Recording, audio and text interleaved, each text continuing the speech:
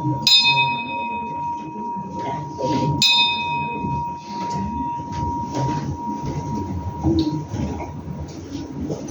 selamat pagi Ibu Bapak sekalian. Pagi. Apa kabarnya hari ini? Luar biasa. Sungguh sukacita di dalam Tuhan? Amin. Amin. Baiklah, kita akan mempersiapkan hati kita sejenak di hadapan Tuhan sebelum kita memasuki ibadah pada pagi hari ini. Terutama pagi hari ini kita akan diadakan perjamuan kudus untuk mengingat akan kasih Tuhan dan juga di dalam momen Advent minggu yang pertama.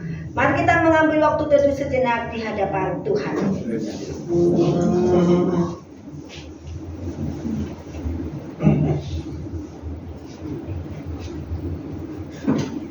Sampai kita selesai, mari kita bangkit berdiri. Kita akan nyanyikan pujian nomor 86.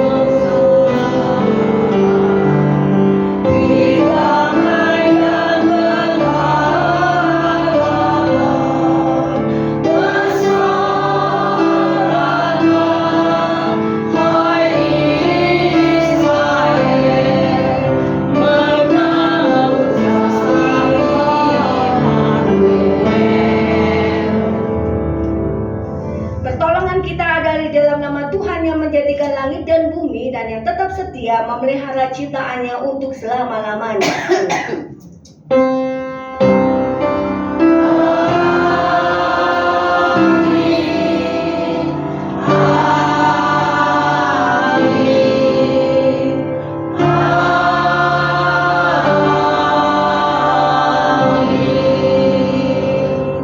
Kasih karunia dan damai sejahtera dari Allah Bapa kita dan dari Tuhan Yesus Kristus akan menyertai kita sekalian. Tuhan besertamu. Dan bersamamu juga. Silakan duduk Bapak Ibu sekalian, kita akan mendengarkan nas pembuka pada ibadah hari ini yang diambil di dalam kitab Efesus pasal yang kelima ayat 8 sampai dengan yang ke-10. Demikianlah bunyinya. Memang dahulu kamu adalah kegelapan, tetapi sekarang kamu adalah terang di dalam Tuhan. Sebab itu hiduplah sebagai anak-anak terang. Karena terang hanya berbuahkan kebaikan dan keadilan dan kebenaran, dan ujilah apa yang berkenan kepada Tuhan. Sebelum kita masuk dalam doa pengakuan dosa, kita akan nyanyikan pujian 185, Ku Tinggalkan Dosaku.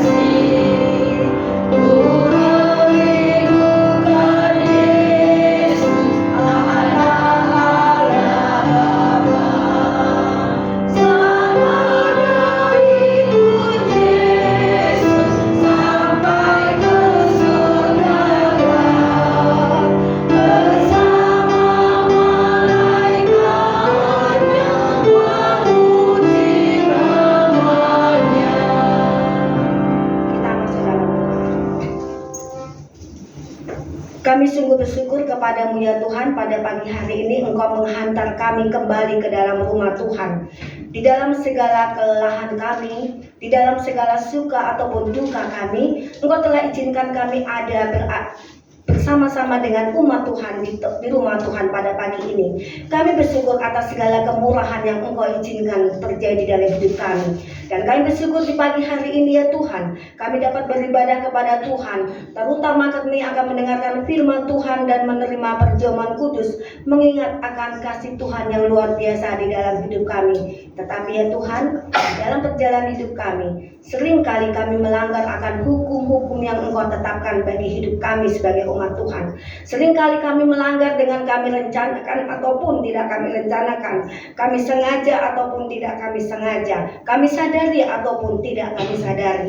Oleh sebab itu ya Tuhan, ampunilah kami di dalam segala kesalahan dan dosa kami, sehingga Engkau melayakkan kami untuk ada di dalam rumah Tuhan, menerima berkat yang daripada surga sendiri. Tuhan memberkati akan kehidupan kami, membuat kami mempunyai hidup yang mempunyai tekad yang benar di hadapan Tuhan, sehingga kami boleh terus diampuni dan disucikan oleh dosa-dosa kami oleh Tuhan sendiri, yang adalah sumber daripada yang bisa menyucikan akan segala kehidupan dosa-dosa kami ya Tuhan. Dan berkatilah untuk ibadah kami pada hari ini. Kami mengingat akan saudara seiman kami yang tidak bisa hadir bersama dengan kami. Engkau menghantarkan mereka di dalam kesempatan yang lain di minggu-minggu yang akan datang ya Tuhan, sehingga kami semuanya boleh bersama-sama beribadah kepada Tuhan di dalam sukacita surgawi. Di dalam nama Tuhan Yesus kami berdoa dan mengaku akan segala dosa kami.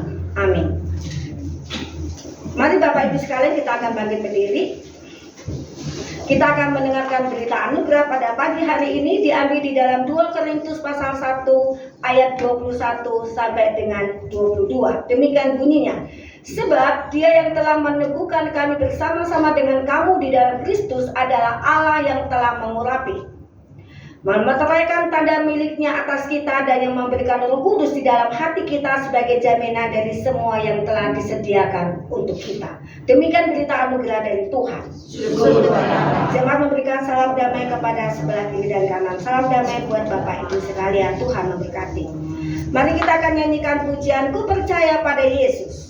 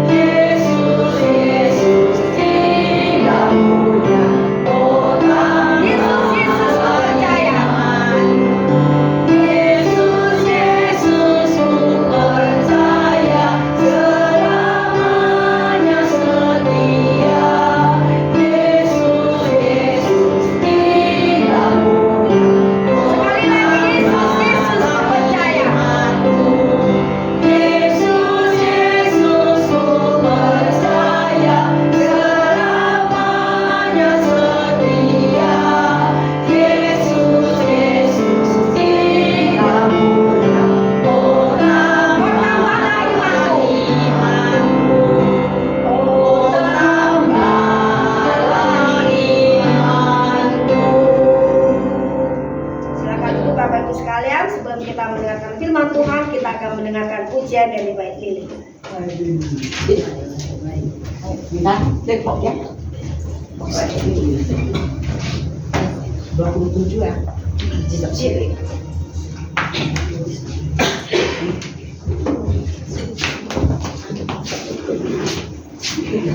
Kuncian deh. Ini aja. Putih. Bentar ya.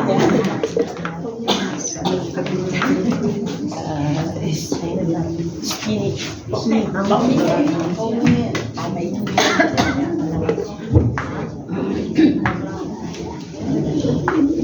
Si Ali ini.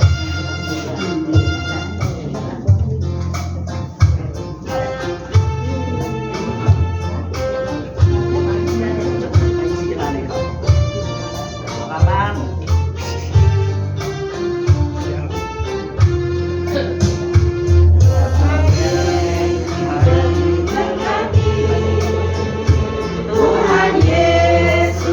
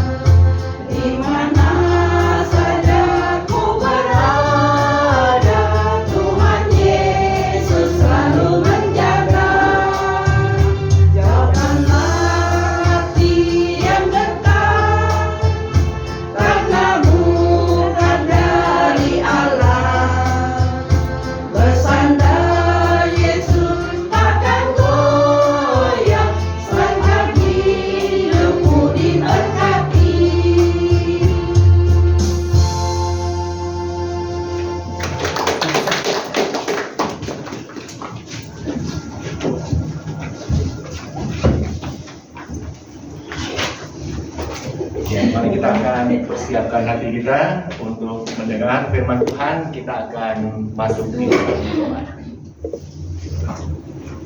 Bapa, kami bersyukur pagi ini kami bisa bersama-sama kembali beribadah di rumah Tuhan. Sesaat lagi kami mau mendengar akan pemberitaan firman-Mu. Biarlah kiranya Tuhan yang memimpin dan memberkati, sehingga firman itu bisa kami mengerti, dan firman itu pun bisa kami lakukan dalam hidup kami. Di dalam nama Tuhan Yesus kami berdoa dan mengucap syukur. Amin. Kita akan buka sama-sama Alkitab kita dari Kisah Para Rasul pasal yang ke-6. Kisah Para Rasul pasal yang ke-6 ayat 5 sampai ayat yang ke-7. Silakan untuk bisa membuka Alkitabnya. Kisah Para Rasul pasal yang ke-6 ayat 5 sampai ayat yang ke-7. Udah mendapatkan semua? Udah? Kalau udah, saya akan membacakan untuk kita mendengarkannya bersama-sama. Usul itu diterima baik oleh seluruh jemaat. Lalu mereka memilih Stefanus, seorang yang penuh iman dan Roh Kudus, dan Filipus, Prokorus, Nikanor, Timon, Parmenas, dan Nikolaus, seorang penganut agama Yahudi dari Antioquia. Mereka itu dihadapkan kepada rasul-rasul, lalu rasul-rasul itu pun berdoa dan meletakkan tangan di atas mereka. Firman Allah makin tersebar, dan jumlah murid di Yerusalem makin bertambah banyak.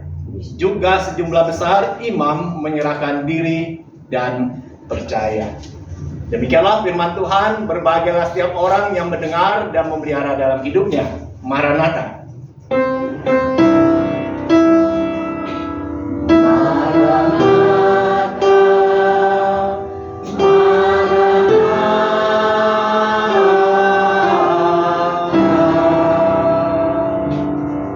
Shalom, selamat pagi, jemaat dikasih Tuhan. Shalom. Hari ini kalau kita perhatikan di lilin di depan sudah mulai dinyalakan satu lilin.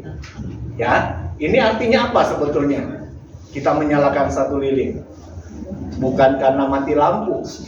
Bukan, ya. Ini ada artinya, simbol sebetulnya. Kenapa dinyalakan satu lilin? Karena hari ini kita sudah memasuki Minggu Advent yang pertama. Ya, kita akan mengikuti minggu demi minggu. Minggu ini Minggu Advent pertama, kedua, ketiga, dan keempat. Lalu kita akan menyambut lahirnya Sang Juru Selamat itu, merayakan Natal. Dan hari ini di Minggu Advent yang pertama yang juga akan disertai dengan sakramen perjamuan kudus, kita akan merenungkan firman Tuhan yang berbicara tentang Stefanus yang penuh iman dan Roh Kudus. Ketika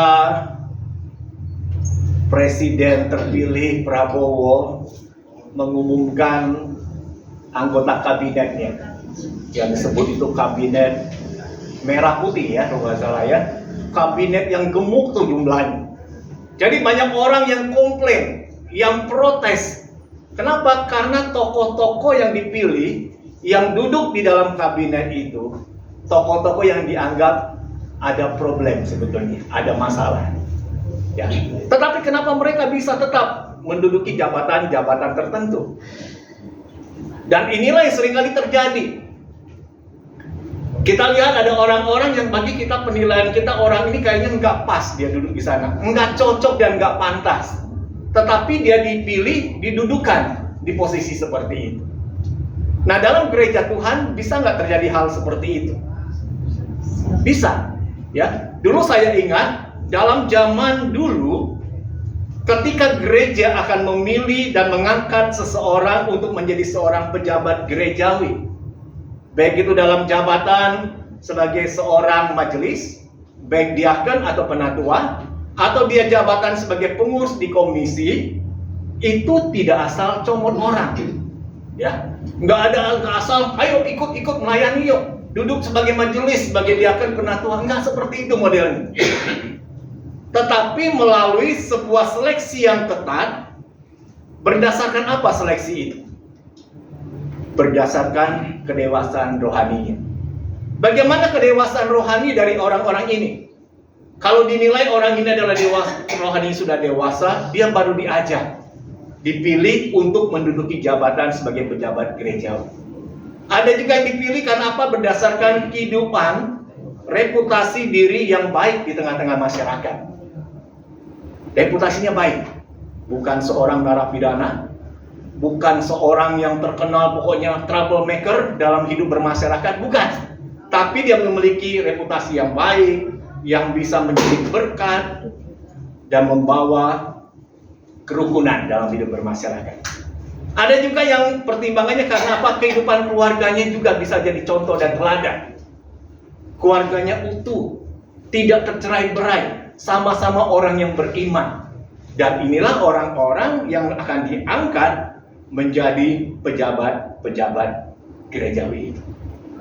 Sehingga ketika mereka menjabat, menjalankan tugas panggilannya, itu akan memberikan dampak yang nyata, di mana gereja dia melayani di dalamnya, membuat gereja itu bisa berkembang dengan pesat, diberkati oleh Tuhan secara luar biasa. Kenapa? Karena pelayan-pelayannya, pejabat-pejabat gerejawi tahu apa itu panggilan pelayanan dia, dan hidupnya pun boleh menjadi kesaksian yang membuat daya tarik orang untuk datang. Tapi kondisi seperti ini udah bergeser zaman sekarang. Ya, zaman sekarang udah bergeser. Kita ingat saja dulu, siapa di sini yang sudah di atas 15 tahun beribadah di GKI Agape, di Villa Melati Mas khususnya? Berapa orang? Udah cukup banyak ya? Nah, ingat nggak waktu kita dulu mau memilih majelis? Ingat awal-awalnya? Gimana caranya? Dicalonkan dulu, betul kan? Dari jemaat ditulis namanya siapa saja, dikumpulkan nama-nama itu lalu diambil voting, dipilih orang-orangnya. Itu zaman itu. Sekarang seperti apa? Udah geser. Kenapa? Karena sekarang gereja ketika mau merekrut orang-orang untuk duduk di dalam jabatan, khususnya misalnya kemajelisan, itu susah sekali dapatnya. Ya, ada orang yang dianggap memiliki kedewasaan rohani, kehidupan keluarga yang baik, diajak melayani, kadang-kadang dia tolak tuh, dan maaf. Ya. Akibatnya apa? Akibatnya karena kesulitan untuk mendapatkan orang-orang yang memenuhi kriteria seperti itu, akhirnya diangkatlah dan dipilihlah orang-orang yang apa adanya, yang penting ada. Jadi tanpa melihat kembali dia memenuhi kriteria atau tidak, yang penting dia mau melayani, terlibat dalam pelayanan, dan akhirnya duduk di dalam jabatan seperti itu. Apa yang terjadi selanjutnya? Di tengah jalan dia bisa mogok tuh. Ada masalah sedikit, mundur dah. Nggak mau lagi jadi majelis. Ada masalah sedikit, dia langsung jaga jarak. Bisa nggak ketemu dengan orang seperti ini? Saya beberapa kali menjadi pendeta konsulen dibuat pusing tuh dengan orang-orang model seperti ini. Ya.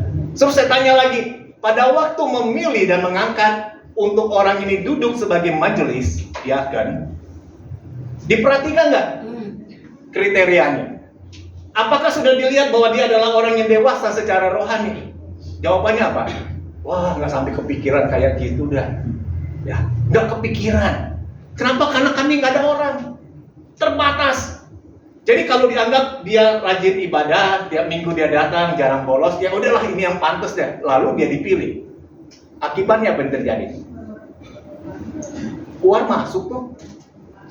Ada masalah, dia mundur, bikin surat pengunduran diri.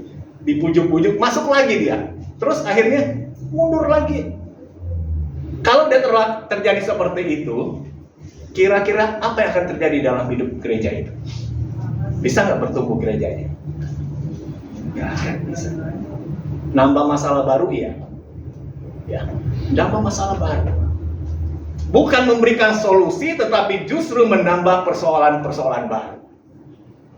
Dan inilah yang terjadi dalam hidup kita bergereja. dampaknya sangat serius bagi Tuhan, bagi gereja Tuhan. Bisa dengan mudah dia meninggalkan pelayanan itu dan juga menerapkan cara-cara dunia di dalam dia mengelola pelayanan gerejawi itu sendiri. Kalau orang yang diangkat asal comot, ya, asal comot. Nah, hal ini berbeda sekali dengan apa yang dilakukan pada zaman gereja mula-mula, ketika akan memilih dan menetapkan para pelayan Tuhan. Dalam gereja Tuhan yang kisahnya dicatat dalam Kisah Para Rasul pasal yang ke-6 ayat 5 sampai ayat yang ke-7. Kalau kita baca di dalam pasal yang ke-6, perikop ini di ayat yang pertama, mulai ayat pertama sampai yang ke-7, menceritakan bagaimana para rasul itu mengangkat dan menetapkan 7 orang diaken, ya. Istilahnya itu diaken sebetulnya, yang melayani dalam pelayanan meja. Kenapa mereka ini perlu diangkat dan dipilih? Tentunya ada masalah sebetulnya. Ada persoalan yang terjadi dalam gereja mula-mula. Masalahnya apa? Mengapa sampai para rasul yang memilih dan menetapkan 7 orang diaken? Ada masalah yang perlu diurus. Coba kita perhatikan mulai dari ayat yang pertama dari Kisah Rasul pasal yang ke-6. Dikatakan seperti ini. Pada masa itu, ketika jumlah murid makin bertambah. Hari ini saya perhatikan jemaat yang hadir di kebaktian kurang lebih 30 orang. Sudah bisa saling kenal belum nih? 30 orang ini. Saling kenal? Minimal itu tahulah namanya siapa. Ada yang belum kenal, belum tahu namanya siapa yang hadir hari ini, ada? Ibu Sucen udah tahu semua? Tahu ya, benar ya? Tahu ya? Pak Maman udah kenal semua, Pak? Minimal tuh namanya tahu. Udah tahu ya? Pak Budi udah kenal, Pak, dengan kita di sini, Pak? Udah kenal ya? Ada yang belum kenal sama sekali? Kalau masih levelnya puluhan orang, kita lebih enak saling kenalnya, saling memperhatikan. Tapi kalau misalnya jumlah semakin bertambah, jadi 100 orang, 200 orang, 1000 orang, bisa saling kenal nggak? Udah susah nggak kenal namanya. Ya. Nah, di dalam jemaat mula-mula seperti ini. Jadi mereka itu semakin hari jumlahnya semakin bertambah banyak. Kalau semakin bertambah banyak, akhirnya timbullah dikatakan sungut-sungut di antara orang-orang Yahudi yang berbahasa Yunani terhadap orang-orang Ibrani. Jadi bisa dikatakan gambarnya seperti ini. Di kumpulan orang-orang percaya dalam jemaat mula-mula itu terdiri dari berbagai macam orang, termasuk juga orang-orang Yahudi yang sudah berdiaspora, tersebar di mana-mana lalu balik lagi di Yerusalem, di mana ketika mereka sudah tersebar, mereka sudah sulit untuk bisa berbahasa Ibrani. Sama lah ya, seperti misalnya kita di sini banyak kan orang perantauan nih. Ibu Lingling asli dari mana, Ibu Lingling? Jakarta. Orang Jakarta asli. Oh, Jakarta susah ya kita tanya ya. Misalnya Ibu ini ada Pomi. Ibu Pomi asli dari mana? Kalimantan ya? Kapas dulu. Oke, Kalimantan, bukan Pontianak seperti itu. Bukan. Oh, bukan ya? Bukan Pontianak. Bukan, masih agak jauh dikit. Kapuas dulu. Oh, Kapuas Hulu. Oke. Di sana pakai bahasa apa? Bahasa Indonesia. Indonesia. Oke. Bahasa Kek. Oke. Ya, bahasa Kek. Nah, jadi biasa kita pakai bahasa Kek lalu merantau, pergi bertahun-tahun. Waktu pulang lagi ke sana, kira-kira masih bisa nggak bahasanya? Kadang-kadang udah nggak bisa, sulit kita ngomongnya lagi. Nah, orang-orang Yahudi sama, orang-orang Yahudi yang perantauan ini yang sudah tersebar di berbagai tempat, mereka sulit lagi berbahasa Ibrani. Lalu bahasanya apa? Bahasa Yunani mereka. Jadi pada waktu mereka kumpul menjadi jemaat mula-mula di Yerusalem, timbullah sungut-sungut. Kenapa bisa sungut-sungut? Karena dikatakan pembagian kepada janda-janda mereka itu diabaikan. Yaitu janda-janda dari orang Yahudi yang berbahasa Yunani. Karena kebiasaan dalam hidup jemaat itu, hidup mereka suka berbagi. Ya minggu lalu kan kita udah belajar ya firman Tuhan, bagaimana sosok Barnabas jual tanah, uangnya diberikan buat dibagikan kepada jemaat. Jadi orang-orang yang berkekurangan selalu mendapat bagian buat penghidupan mereka, mencukupkan kebutuhan mereka. Tetapi karena jumlah orang semakin banyak, dikatakan pembagian ini pun pada akhirnya terjadi ketimpangan. Jadi orang-orang Yahudi yang berbahasa Yunani merasa kami diabaikan. Ya, kami kok nggak diperhatiin lagi? Justru diperhatikan untuk orang yang bisa orang Ibrani ini. Jadi mereka protes, sungut-sungut. Kalau udah terjadi sungut-sungut protes seperti itu, terjadi gangguan nggak sih untuk pelayanan di dalam jemaat itu? Terjadi gangguan, betul ya? Jadi kalau ada sungut-sungut, komplain sana komplain sini, ada masalah pasti. Jadi perlu cari solusi untuk menyelesaikan masalah itu. Dan kondisi ini dikatakan didengar, diketahui oleh para rasul. Jadi pada waktu para rasul tahu kondisi yang real di tengah-tengah jemaat, bahwa ada kelompok yang bersungut-sungut karena merasa diabaikan, lalu dikatakan di ayat yang kedua, berhubung dengan itu ke-12 rasul itu memanggil semua murid berkumpul dan berkata, kami tidak merasa puas karena kami melalaikan firman Allah untuk melayani meja. Jadi para rasul tahu kondisi ini nggak boleh dibiarkan. Jadi dia kumpul di hadapan murid-murid yang lain, orang-orang percaya yang lain, disampaikan kami nggak merasa puas, kami merasa bersalah karena kami mengabaikan pelayanan meja, pelayanan untuk saling berbagi berkat itu, pelayanan diakonia. Jadi apa yang harus dilakukan? Di ayat yang ketiga dikatakan, karena itu saudara-saudara. Jadi para rasul memberikan solusi jalan keluar. Jalan keluarnya apa? Pilihlah 7 orang dari antaramu yang terkenal baik dan penuh roh dan hikmat, supaya kami mengangkat mereka untuk tugas itu, yaitu tugas mengurusi soal pembagian buat para janda. Yang pakai istilah sekarang ini adalah para diaken. Ya, para diaken. Jadi ketika para diaken ini akan dipilih, haruslah memenuhi kriteria, syarat-syarat, bukan asal dicomot. Persyaratannya apa? Ada 2 persyaratan mendasar. Apa yang pertama? Yang pertama itu dikatakan mereka harus orang yang terkenal baik. Ibu Sukma, udah kenal semua teman-teman di sini? Udah kenal ya? Oke.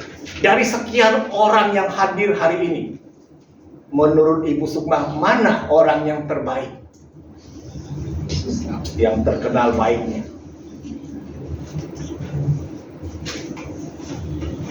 Belum bisa menilai, Pak. Belum bisa nilai ya? Oke.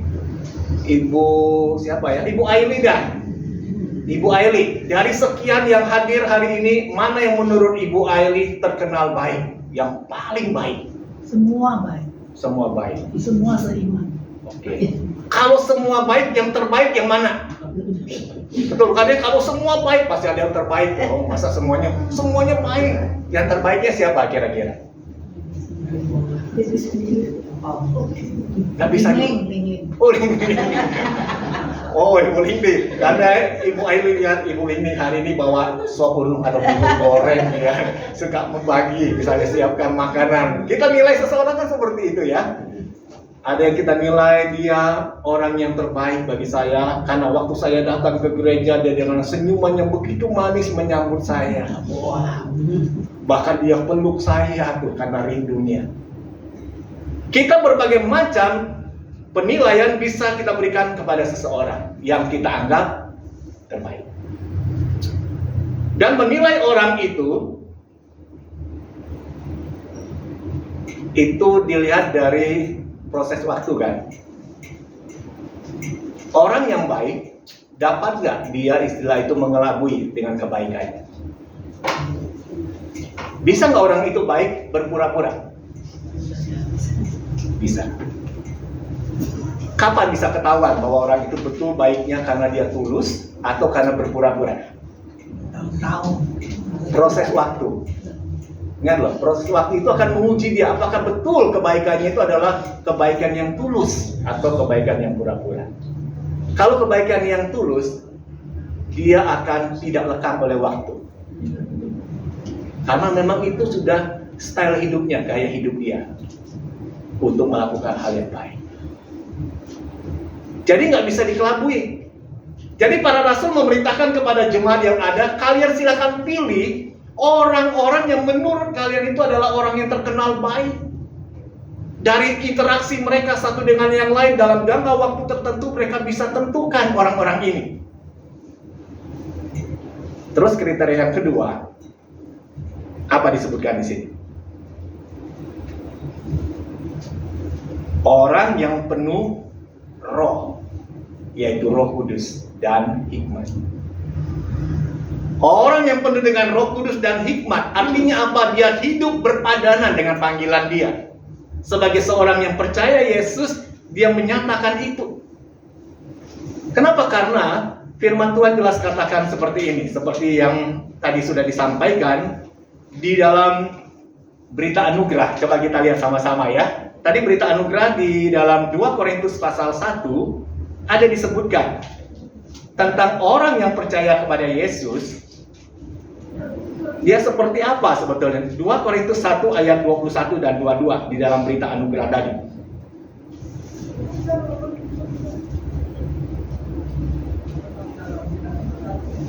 Sebab dia yang telah meneguhkan kami bersama-sama dengan kamu di dalam Kristus adalah Allah yang telah mengurapi, memeteraikan tanda miliknya atas kita, dan yang memberikan Roh Kudus di dalam hati kita sebagai jaminan dari semua yang telah disediakan untuk kita.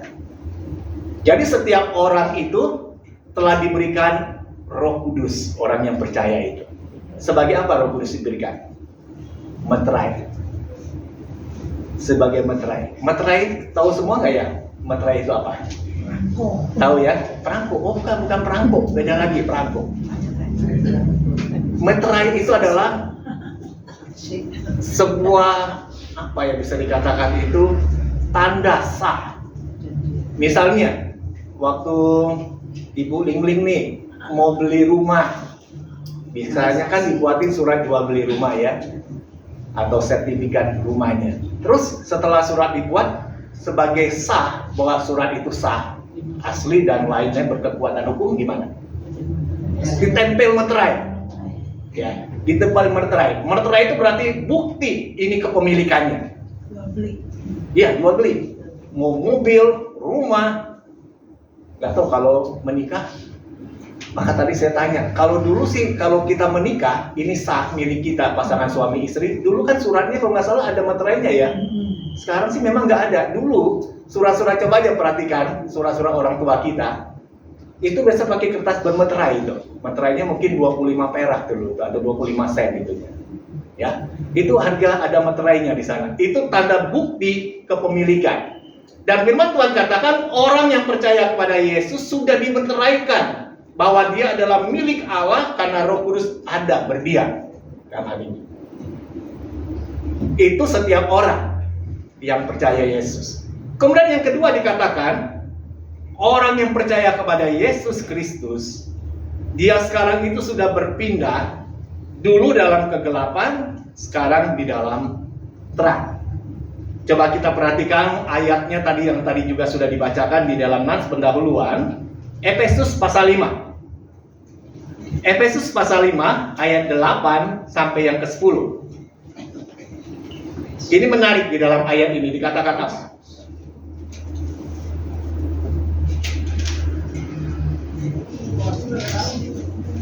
Memang dahulu kamu adalah kegelapan, tetapi sekarang kamu adalah terang di dalam Tuhan.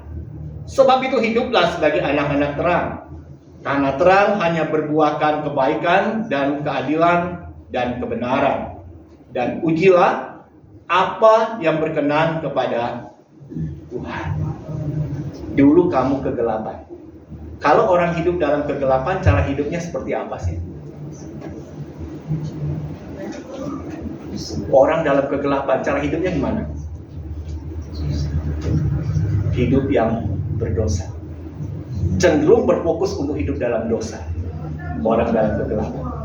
Tapi sekarang ketika kita sudah percaya kepada Yesus Kristus, Yesus yang telah mati bagi kita telah ditebus di dalam Kristus, kita sudah berpindah dari gelap kepada terang. Kita sekarang menjadi anak-anak terang. Kalau kita adalah anak terang, dikatakan terang itu hanya berbuahkan, menghasilkan apa? 3 hal yang disebutkan tadi. Menghasilkan apa? Coba kita lihat ya. Menghasilkan apa terang itu? Hanya atau berbuahkan 3 hal ini. Kebaikan, keadilan, kebenaran. Kalau kita anak terang, kita akan berbuahkan hidup kita 3 hal ini. Kebaikan, keadilan, kebenaran. Ini yang akan terjadi. Nah, balik lagi di dalam kisah para rasul pasal 6 ini. Jadi ketika para rasul ini menyampaikan di hadapan jemaat, pilihlah orang-orang yang terkenal baik dan penuh dengan Roh Kudus dan hikmat. Lalu bagaimana jemaat meresponi atas usulan ini? Kita lihat di dalam ayat yang keempat dan ayat yang kelima ini. Tujuan para rasul untuk memilih orang-orang ini, 7 orang diaken ini dikatakan di ayat yang keempat. Dan supaya kami sendiri dapat memusatkan pikiran dalam doa dan pelayanan firman. Jadi ada bagiannya. Para rasul mengurusi atau melayani untuk pemberitaan firman, dan juga di dalam hal mereka itu bisa terus memiliki kehidupan doa yang baik. Yang lain-lain diserahkan kepada para diaken ini dalam pelayanan meja, yaitu pelayanan mengurusi untuk kehidupan saling berbagi itu, pelayanan diakonia. Ini tujuannya. Jadi ada bagian-bagian yang bisa dikerjakan oleh para rasul dan ada bagian yang bisa dikerjakan oleh para diaken. Waktu itu sudah disampaikan, respon daripada jemaat itu seperti apa? Di ayat yang kelima. Usul itu dipandang baik oleh seluruh jemaat. Itu usul yang baik, ya. Lalu ketika itu sudah dipandang baik, dikatakan, lalu mereka memilih Stefanus, seorang yang penuh iman dan Roh Kudus, dan Filipus, Prokorus, Nikanor, Timon, Parmenas, dan Nikolaus, seorang penganut agama Yahudi dari Antioquia. Jadi mulailah jemaat itu memilih, menentukan orang-orang mana saja ininya. Siapa-siapa saja yang akan diangkat menjadi diaken itu. Dengan penilaian apa 2 tadi? Terkenal baik. Yang kedua, penuh dengan roh dan hikmat. Dipilihlah 7 orang. 7 orangnya namanya siapa saja tadi? Stefanus. Yang kedua, Filipus. Yang ketiga, Prokorus. Yang keempat, Nikanor. Yang kelima, Timon. Yang keenam, Parmenas. Dan yang ketujuh, Nikolaus.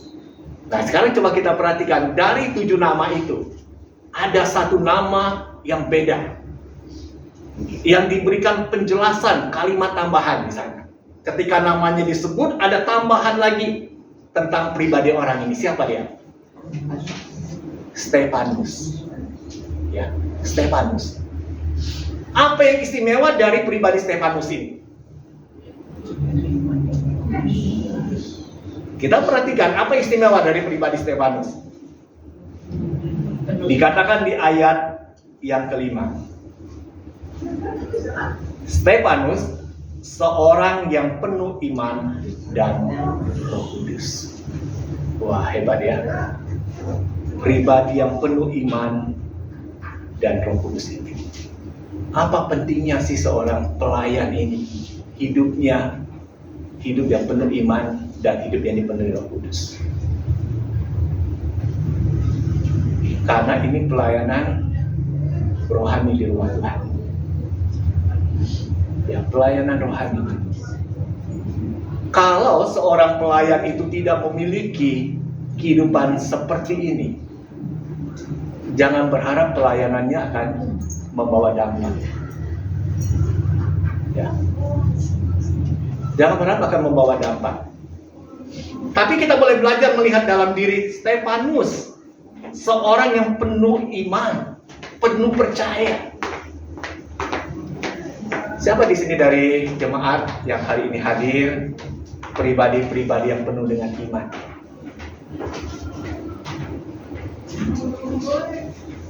Ibu Lingling nanti siang yakin ada makanan? Yakin gak nanti siang ada makanan? Malam? Yakin ada makanan malam? Besok? Nah, ini loh, orang yang beriman itu loh. Kita yakin gak sih bahwa Tuhan itu piara hidup kita? Kita yakin. Apa yang jadi kebutuhan saya, Tuhan pelihara, Tuhan cukupkan. Sehingga kalau seorang yang beriman, dia nggak hidup di dalam kekhawatiran. Ada kan orangnya, hari ini oke dia dapat makanan, dia khawatir, aduh besok saya ada makanan nggak ya? Sampai nggak bisa tidur tuh mikirin soal makanan. Itu orang yang nggak beriman, hidupnya khawatir terus. Hari ini, ketika kita datang ke gereja, kita bisa selamat sampai di gereja. Kita beriman, Tuhan pimpin, lindungi saya. Terus nanti pulang gimana? Kita yakin, beriman, Tuhan lindungi saya. Saya bisa selamat sampai di rumah kembali. Setiap kita mau melangkah keluar mengadakan sebuah perjalanan, kita yakin beriman, Tuhan sertai saya. Perlu nggak sih iman seperti ini? Perlu. Ya. Nah, kita belajar dari diri Stefanus. Stefanus itu adalah seorang yang penuh iman. Ini nanti terbukti sekali pada waktu kapan sih?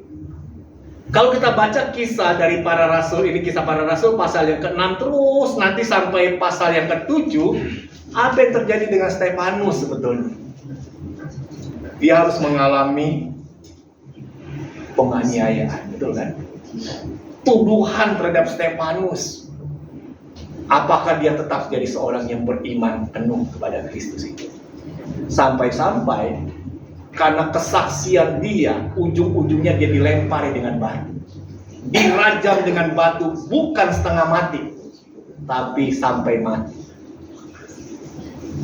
Kalau udah dirajam dengan batu, dia tetap setia nggak berpegang pada iman percayanya pada Yesus? Dia berpegang teguh. Ya, sampai-sampai ketika menjelang akhir kehidupan dia menghembuskan nafas terakhir. Perkataannya apa sih dari Stefanus?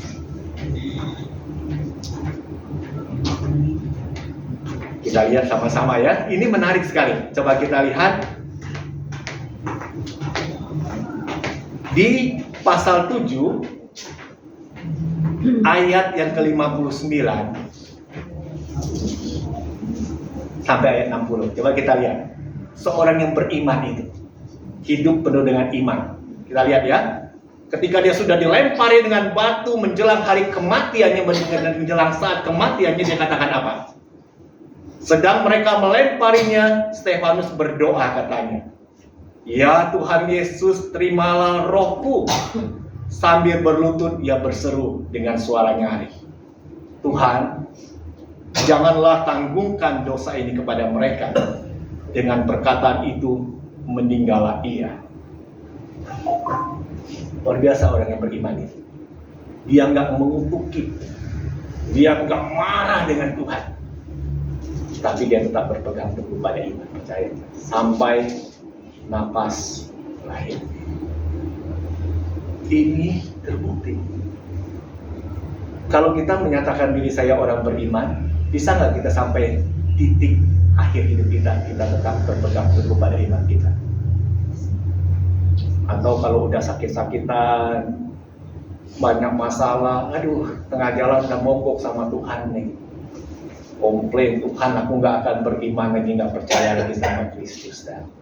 Bisa terjadi kan? Ya. Jadi kalau kita orang yang beriman penuh, apapun yang akan kita hadapi di depan itu, saya tetap berpegang pada Kristus. Ini Stefanus. Dia seorang yang beriman penuh, bahkan dikatakan dia seorang yang dipenuhi oleh Roh itu, Roh Kudus. Hidupnya dituntun dan dipimpin oleh Roh Kudus. Sehingga kehidupan dia menjadi kesaksian.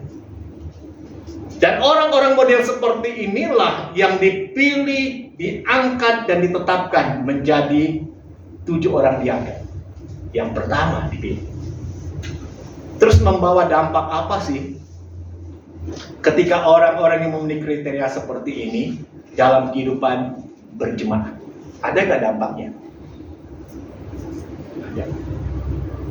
Kalau asal comot, itu nggak akan bawa dampak apa-apa. Dampak membawa beban masalah baru, iya. Tapi kalau seorang yang memenuhi kriteria seperti ini, seorang yang penuh dengan iman dan hidupnya dipenuhi dengan Roh Kudus dan penuh hikmat, membawa dampak apa buat kehidupan berjemaat? Dicatat di ayat yang ketiga, ada 3 dampak besar yang terjadi. Yang pertama itu apa? Ayat yang ke-7, firman Allah makin tersebar. Firman Allah itu makin tersebar. Kenapa makin tersebar? Karena mereka itu menghidupi firman Allah. Setiap kita, setiap minggu hadir dalam ibadah, betul? Waktu kita hadir dalam ibadah, kita dengar firman nggak? Kita dengar firman. Waktu pulang dari gereja, firman itu kita hidupi nggak? Nah, ini jadi masalah nih. Ya, oke, di gereja saya senang baca, dengar firman Tuhan, waduh senang sekali itu, gembira, berluap-luap hati saya. Waktu pulangnya gimana? Hidupi nggak firman itu? Kadang-kadang kita lupakan. Ya, kita datang, kita dengar firman, waktu pulang tinggalin firman Tuhan di gereja, saya pulang kosong lagi. Kita nggak hidup.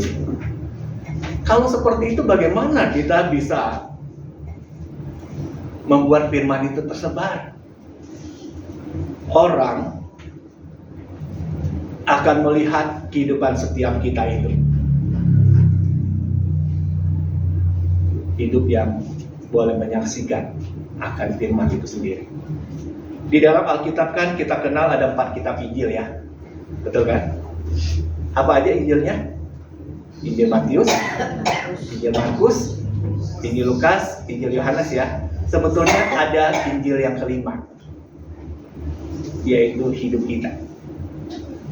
Hidup kita ini adalah Injil yang terbuka, yang bisa dilihat, dibaca orang. Itu orang akan lihat. Apakah hidup kita ini menampakkan Kristus?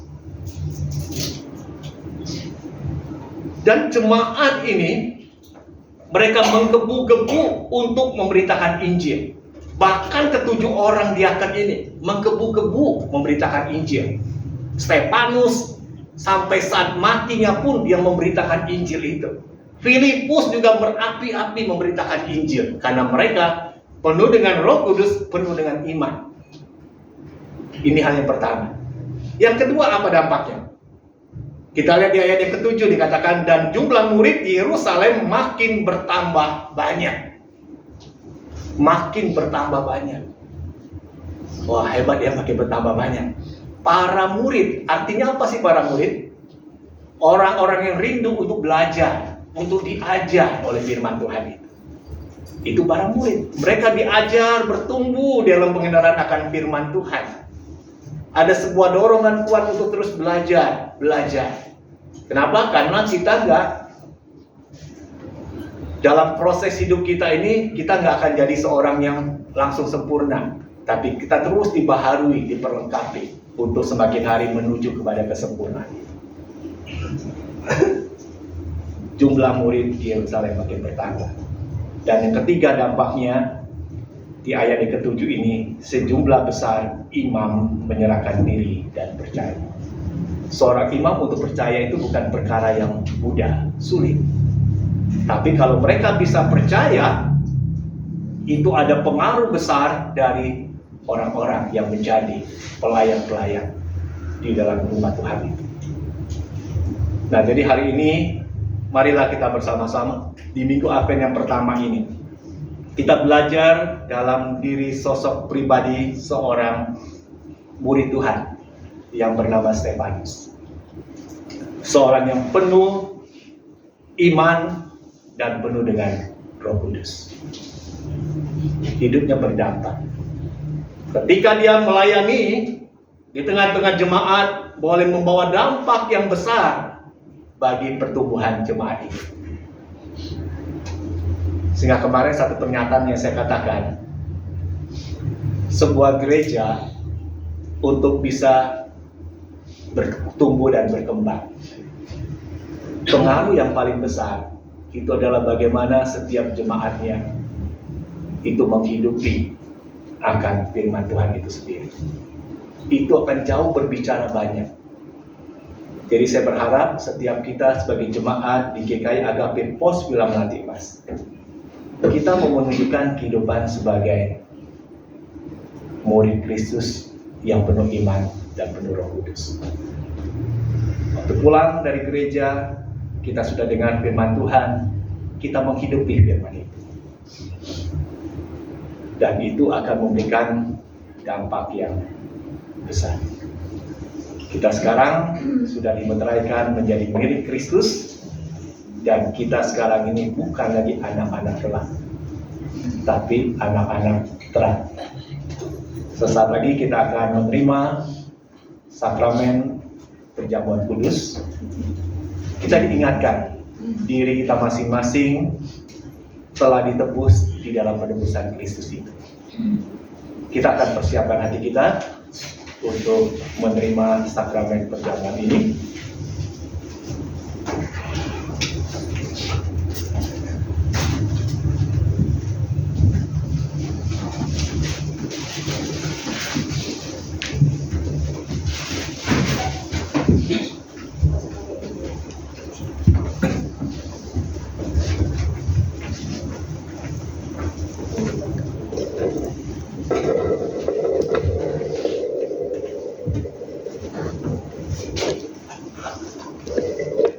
Hari ini kita bersyukur kita diundang kembali untuk berbagian di dalam sakramen perjamuan kudus.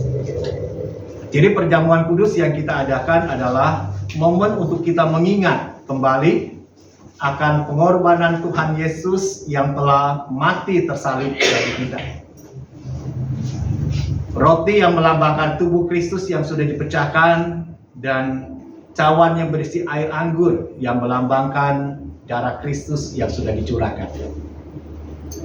Perjamuan kudus yang kita adakan hari ini diperuntukkan bagi setiap jemaat yang sudah dibaptis, dewasa, ataupun yang sudah disidi. Dan juga kami mengundang bagi jemaat dari gereja lain yang sudah menerima baptisan dewasa ataupun disidi, yang hari ini hadir di dalam ibadah bersama-sama dengan kami di sini untuk juga bersama-sama berbagian untuk menerima sakramen perjamuan ini. Dan sebelum kita akan menerima roti dan cawan Tuhan, mari kita bersama-sama akan berdoa, mengkoreksi akan diri setiap kita masing-masing. Apakah diri kita sudah berdamai? Apakah masih ada dosa-dosa yang kita sembunyikan, yang kita simpan dalam hati kita? Kebencian ataupun dendam?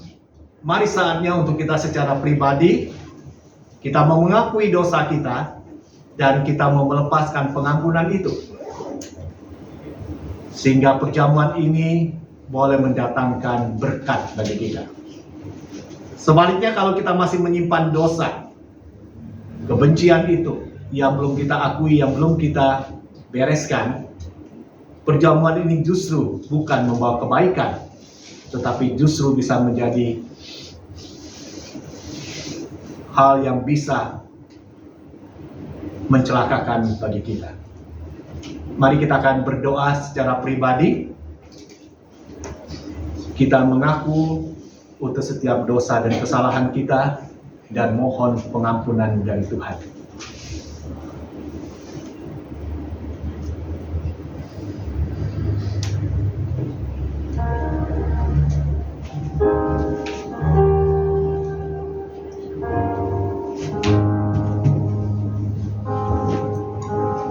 Bapa Surgawi, Engkau kenal akan setiap pribadi kami yang hari ini hadir di hadapan Tuhan.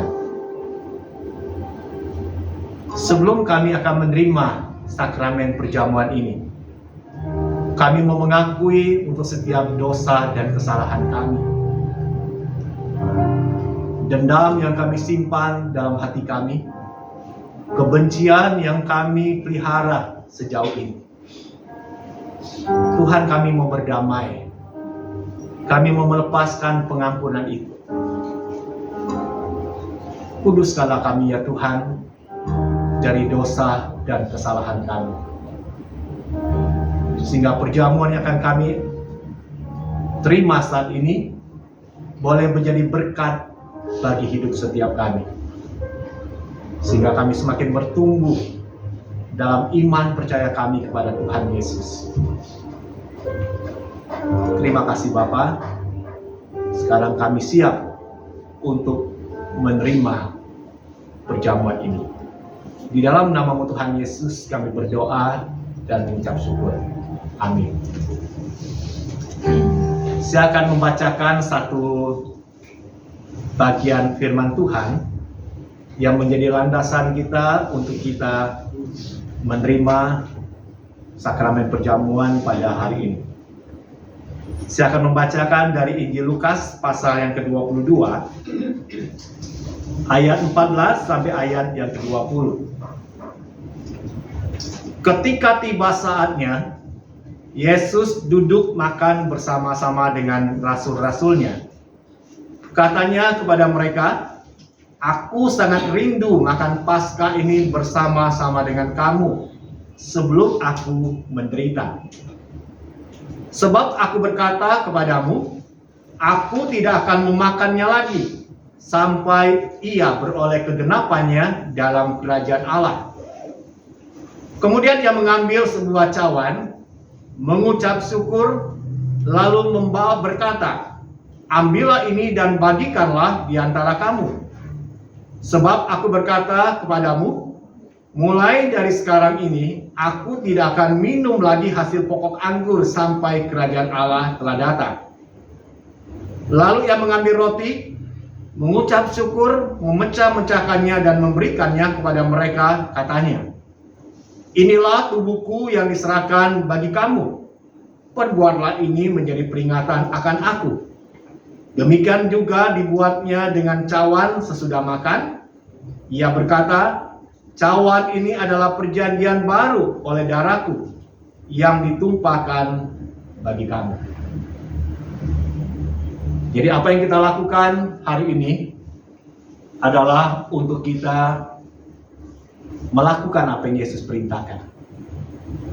Jadi perjamuan kudus ini kita adakan untuk mengenang kembali, mengingat akan pribadi Yesus telah berkorban bagi kita. Kita persiapkan hati kita untuk menerima roti dan cawan Tuhan. Pada malam sebelum Tuhan Yesus ditangkap untuk disalibkan, dia mengambil roti, lalu memecah-mecahkan roti itu dan berkata, "Roti yang dipecahkan ini melambangkan tubuhku yang sudah dipecahkan bagi kamu. Setiap kali kamu makan roti ini, kamu ingat bahwa aku telah berkorban diri untuk engkau." Setelah makan, dia mengambil cawan yang berisi anggur dan berkata, "Cawan ini melambangkan darahku yang sudah dicurahkan bagi pengampunan dosamu. Setiap kali kamu makan roti ini, minum dari cawan ini, kamu memberitakan kematian Kristus sampai Dia datang kembali. Kita akan menerima roti dan cawan. Terimalah dan bagikan.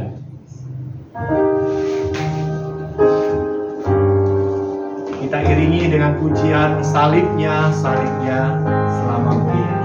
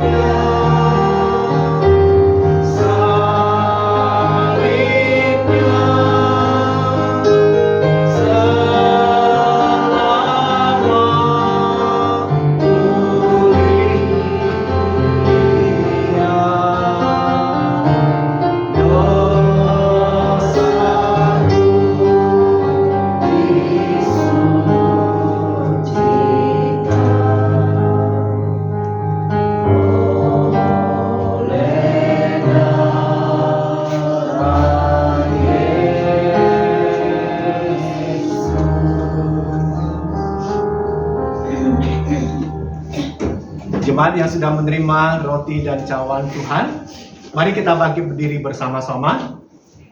Kita mengangkat roti dengan tangan kanan kita masing-masing. Roti yang kita angkat ini melambangkan tubuh Kristus yang sudah dipecah-pecahkan bagi pengampunan dosamu.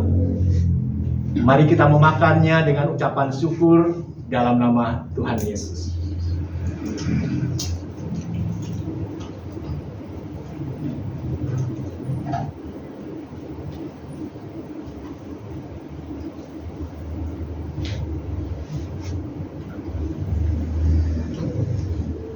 Kita mengangkat cawan yang berisi air anggur dengan tangan kanan kita. Cawan yang kita angkat saat ini melambangkan darah Tuhan Yesus yang sudah dicurahkan buat pengampunan dosamu.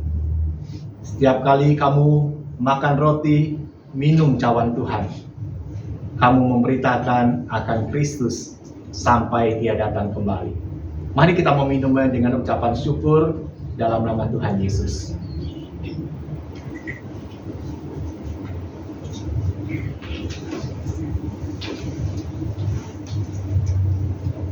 Nanti penginjil Ruki berdoa syukur buat perjamuan yang sudah kita terima pada saat ini. Kami mengucap syukur ya Tuhan karena kami boleh mengikuti perjamuan kudus Tuhan. Setiap kali kami mengikuti perjamuan ini ya Tuhan, kami boleh terus mengingat akan belas kasihan Tuhan bagi kami manusia berdosa. Engkau mencurahkan darah, tubuhmu terpecah untuk kami manusia yang harusnya menerima hukuman akibat dosa yang kami lakukan. Terima kasih ya Tuhan, biarlah pengampunan yang Kau berikan bagi kami. Kami akan berkomitmen untuk hidup di dalam Engkau. Kami mau hidup seturut dengan firman-Mu. Terima kasih ya Tuhan untuk anugerah besar yang Kau berikan bagi kami. Di dalam nama Tuhan Yesus kami bersyukur. Amin. Amin. Silakan duduk kembali dan cawan akan dikumpulkan dan kita akan iringi dengan pujian salibnya selama mulia.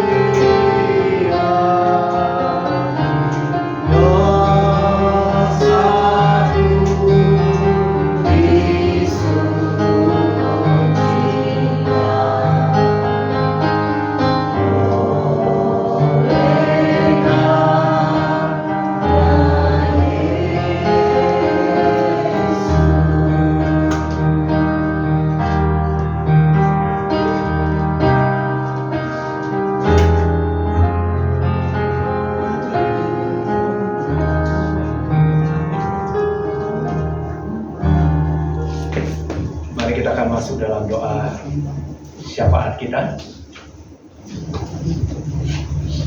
Bapa, kami bersyukur hari ini kami boleh diingatkan kembali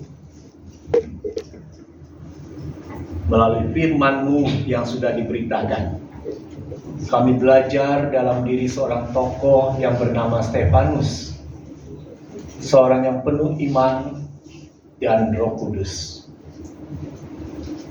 sehingga dia diangkat, diteguhkan menjadi seorang diaken dan membawa dampak yang besar dalam kehidupan jemaat mula-mula dari hasil pelayanan yang dia lakukan. Bapak, biarlah apa yang boleh kami dengar hari ini boleh membuat kami pun berefleksi untuk diri kami masing-masing. Apakah diri kami sudah menjadi seorang yang penuh dengan iman dan Roh Kudus itu? Terutama ketika kami diberikan anugerah untuk bisa menjadi pelayan-pelayan di hadapan Tuhan. Kami rindu hidup kami pun menjadi seorang pelayan yang penuh iman dan penuh dengan Roh Kudus. Terima kasih Bapa untuk firman-Mu yang boleh kami dengarkan pemberitaannya hari ini. Biarlah Roh Kudus akan pimpin kami, ubah hidup kami, jadikan kami sebagai anak-anak terang yang boleh menyatakan akan Kristus melalui kehidupan kami.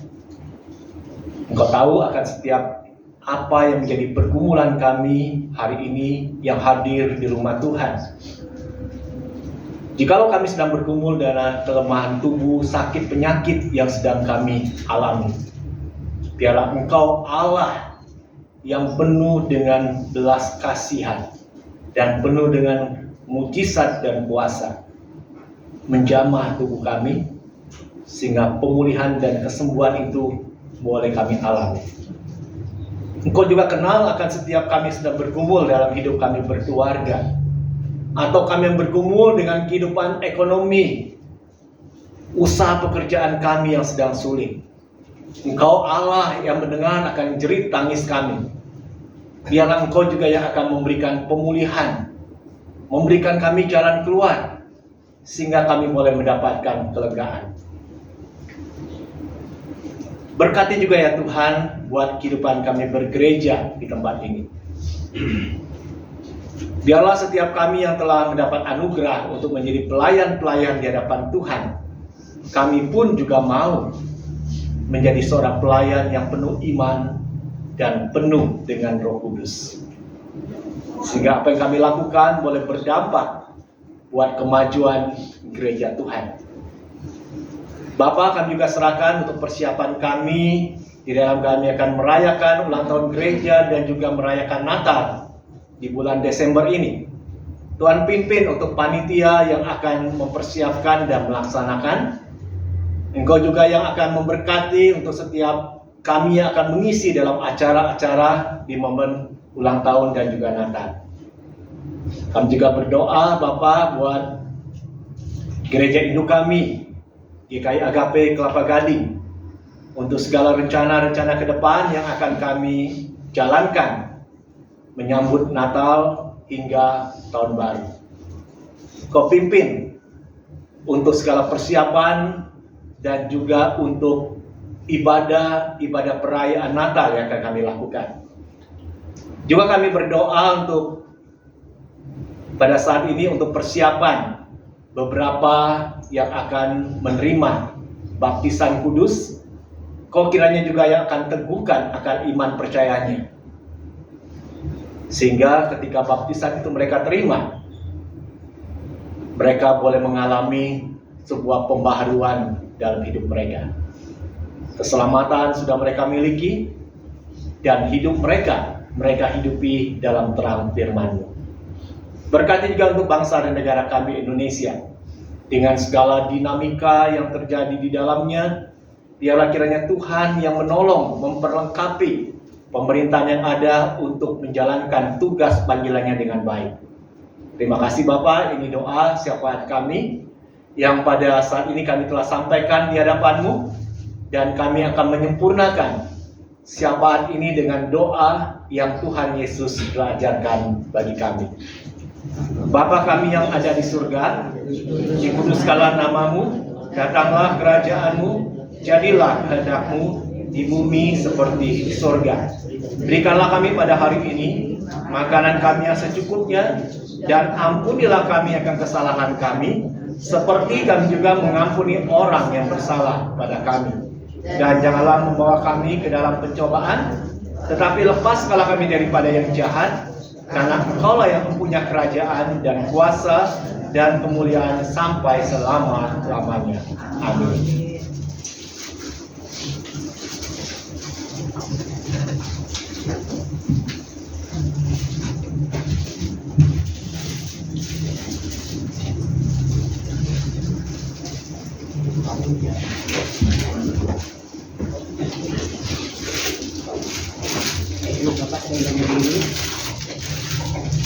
Marilah kita bersama dengan umat Allah di masa lalu, masa kini, dan masa depan, mengingat pengakuan pada baptisan kita menurut pengakuan iman rasuli. Aku percaya kepada Allah, Bapa yang Maha Kuasa, Khalik langit dan bumi, dan kepada Yesus Kristus, Anaknya yang tunggal Tuhan kita, yang dikandung daripada Roh Kudus, lahir dari anak darah Maria, yang menderita sengsara di bawah pemerintahan Pontius Pilatus, disalibkan, mati, dan dikuburkan, turun ke dalam kerajaan maut, pada hari yang ketiga bangkit pula dari antara orang mati, naik ke surga, duduk di sebelah kanan Allah, Bapa yang Maha Kuasa, dan dari sana Ia akan datang untuk menghakimi orang yang hidup dan yang mati. Aku percaya kepada Roh Kudus, gereja yang kudus dan am, persekutuan orang kudus, pengampunan dosa, kebangkitan orang mati, dan hidup yang kekal. Amin. Silakan duduk.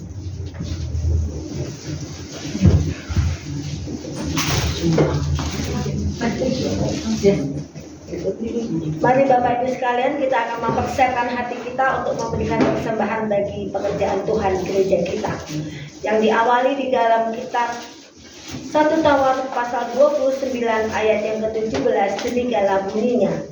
Aku tahu ya Allahku, bahwa Engkau adalah penguji hati dan berkenan kepada keikhlasan. Maka aku pun mempersembahkan semuanya itu dengan sukarela dan tulus ikhlas. Dan sekarang umatmu yang hadir di sini telah kulihat memberikan persembahan sukarela kepadamu dengan sukacita. Kita akan mengiringnya dengan pujian bawa persembahan.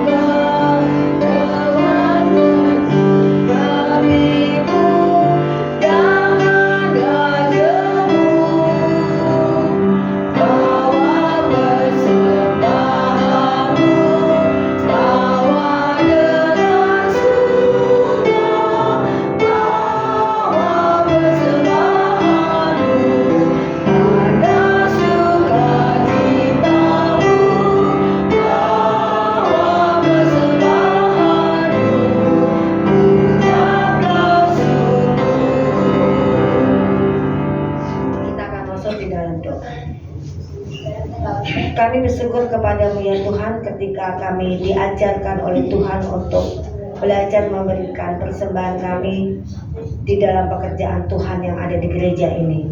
Kami bersyukur untuk pekerjaan yang sudah Tuhan berkati, sehingga kami pun boleh tahu bagaimana kami mempersembahkan persembahan kami kepada Tuhan. Bapak, berkatilah untuk setiap majelis yang mengelola keuangan ini, sehingga mereka diberikan hikmat dan marifat Tuhan untuk dapat mengelolanya dengan baik dan berguna bagi pekerjaan Tuhan yang ada di gereja kami ini. Tuhan boleh memberkati setiap kami di dalam nama Tuhan Yesus. Amin. Bapak Ibu, kita akan akhiri ibadah kita dengan pujian Kidung Berkat.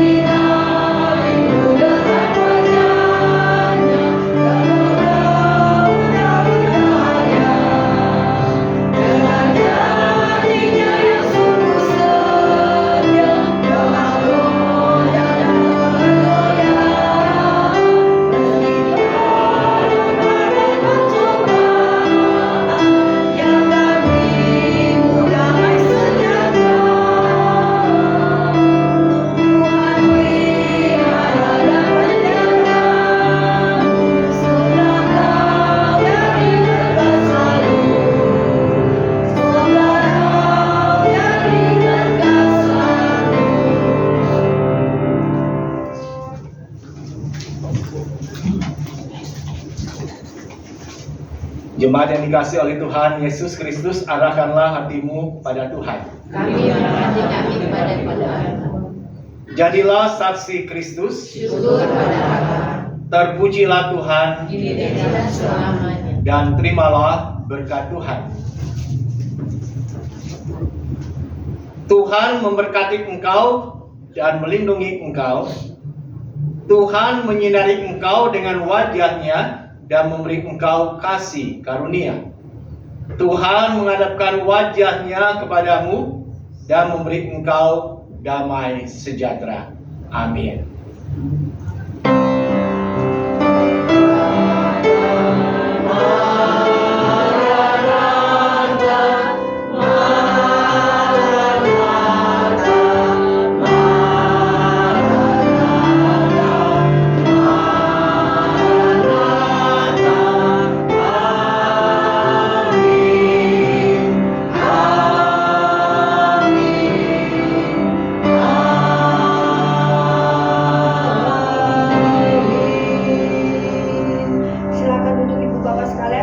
Ibadah kita selesai. Tuhan Yesus memberkati setiap kita semua.